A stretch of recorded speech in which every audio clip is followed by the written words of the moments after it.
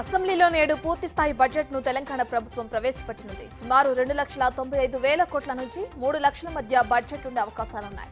CM Revanth Reddy అధ్యక్షతన మంత్రివర్గం బడ్జెట్కు ఆమోదం తెలపనుంది.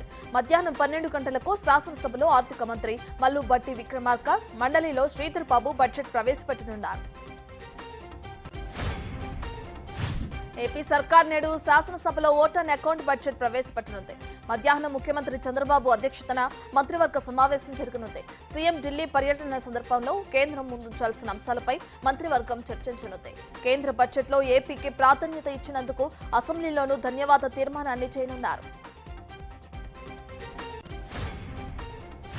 వైసీపీ హయాంలో 3,000 కోట్లకు పైగా అవినీతి జరిగిందని చంద్రబాబు వైట్ పేపర్ రిలీజ్ చేస్తూ ఆరోపించారు. సీఎం చెప్పిన లెక్కలు తక్కువగా ఉన్నాయని బీజేపీ ఎమ్మెల్యే విష్ణుకుమార్ రాజు అన్నారు. 30,000 కోట్లకు పైగా అవినీతి జరిగిందని తన అంచనా అని ఆయన చెప్పారు. సిఐడితో ఎంక్వైరీ చేయిస్తామని సీఎం చంద్రబాబు హామీ ఇచ్చారు. వైసీపీ ఎమ్మెల్యేలు తమతో టచ్ లో ఉన్నారని బీజేపీ ఎమ్మెల్యే ఆదినారాయణ రెడ్డి అన్నారు. కానీ అవినీతి మరకలు తమకు అంటకూడదని దూరం పెడుతున్నామని చెప్పారు. ఎట్టి పరిస్థితుల్లోనూ వైసీపీ ఎమ్మెల్యేలను చేర్చుకోమని కరాఖండిగా చెప్పారు. మరోవైపు సిఐడితో లిక్కర్ స్కామ్ పై విచారణ చేస్తామని ఎమ్మెల్యే విష్ణుకుమార్ రాజు తెలిపారు. సెన్సార్ బోర్డు ఎఫ్సీఐలో మెంబర్షిప్ ఇప్పిస్తానని ఓ వ్యాపారి నుంచి 10 లక్షలు వసూలు చేసిన ఘటన జూబ్లీహిల్స్ లో జరిగింది. ప్రవీణ్ కుమార్ రెడ్డి సిస్టర్ అనే వ్యక్తికి సెన్సార్ బోర్డులో మెంబర్షిప్ ఇప్పిస్తానని బురుడి కొట్టించారు. మాజీ ఎమ్మెల్సీ దిలీప్ కుమార్ బంధువులని చెప్పడంతో 4 లక్షలు సమర్పించుకున్నారు. ఆరతీగా తాను మోసపోయానని గ్రహించి పోలీస్ స్టేషన్లో ఫిర్యాదు చేశాడు.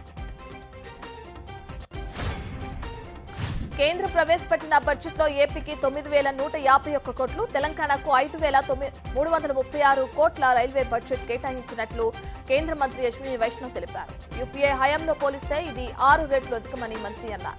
తెలంగాణలో ప్రస్తుతం 32,946 కోట్ల విలువైన ప్రాజెక్టులు, 40 అమృత్ భారత్ స్టేషన్లు ఉన్నాయని తెలిపారు. దేవాదాయ శాఖ అసిస్టెంట్ కమిషనర్ శాంతి భర్త మదన్ మోహన్ ఢిల్లీలో ధర్నా చేపట్టారు. నేడు రాష్ట్రపతి, రాజ్యసభ చైర్మన్ ను కలిసి విజయసాయిరెడ్డిపై ఫిర్యాదు చేయనున్నారు.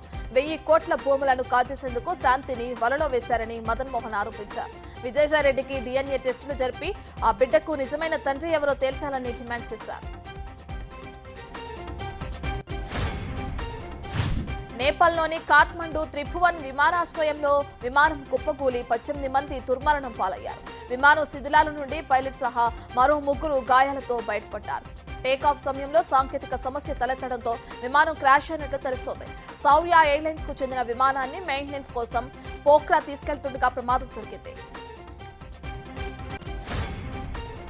ఎట్టకేలకు స్పేస్ నుంచి సునీత విలియమ్స్ క్షేమంగా తిరిగొచ్చారు. 10 రోజుల మిషన్ లో భాగంగా సునీత విలియమ్స్ రోదసి యాత్ర చేపట్టగా జూన్ 14న భూమికి తిరిగి రావాల్సి ఉండగా స్టార్లైనర్ వ్యోమ నౌకలో సాంకేతిక సమస్యతో ఆలస్యమైంది.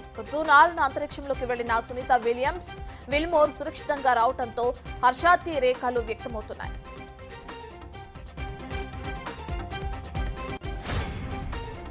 అమెరికాలోని న్యూ హాంషైర్ లో షాకింగ్ ఘటన చోటు చేసుకుంది. బ్రోట్మౌత్ హార్బర్ సముద్రంలో భారీ తిమింగలం చేపల వేట పడవపై దాడి చేసింది. ఒక్కసారిగా గాల్లోకి ఎగిరి బోటుపై పడింది. దీంతో పడవ బోల్తా పడింది. అదృష్టవశాత్తు అందులో ఉన్న ఇద్దరు సురక్షితంగా బయటపడినట్లు యుఎస్ కోస్ట్ గార్డ్ తెలిపింది. దీనికి సంబంధించిన వీడియో నెట్టింట వైరల్ గా మారింది.